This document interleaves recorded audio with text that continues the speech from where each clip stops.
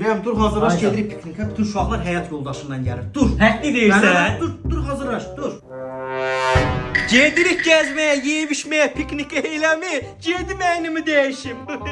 Getmirəm ay Maismə. Nə olub? Məndən utanırsınız ki, özünüzə sığışdırmırsınız məni yanınızda. Aham həyat yoldaşından gedir. Kim anasını aparır ki sən aparmayan mən? Yat dana yat. Yat 4 gündür bizi öldürürsən. Yoxsuzluqdan ölür ya Allah. Az ver o çağanı mən saxlayım. Birazdan qardaşım gəlir rayondan gələcək 4 nəfər.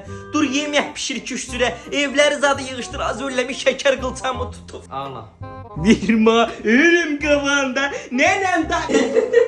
Gəlsən. Hay Mais o uşaq vaxt istədiyin qız var idi İranə. Ölürdün ey ondan ötürü. Gəlib mənə deyirdin ki ay mama onu mal. Düz kösüb qonşuluğumuza sinif yoldaşıq.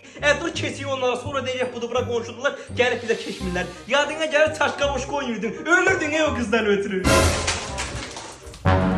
Əgər sən bu axşam gedib o qonşuya sinif yoldaşını görsən, mən də bu evdən çıxıb gedəcəm. Bu dəqiqə dayan indi mən kimisə sevmişəm mən səndən başqa. Saatına nəhlət başqasını sevənim. Görmürsən bəs maman nə deyir? Deyir sinif yoldaşın səni sevir. Utanmıram mamanın da sifəti gəlməyəm bir söz deməyə. Bu yaşlı adamın danışın hər şeyə nə inanırsın? Yaşlı adam da ayrı şeylərdən başı yaxşı çıxır. Yaşlı adam olmaya gələndə. Saçı dur.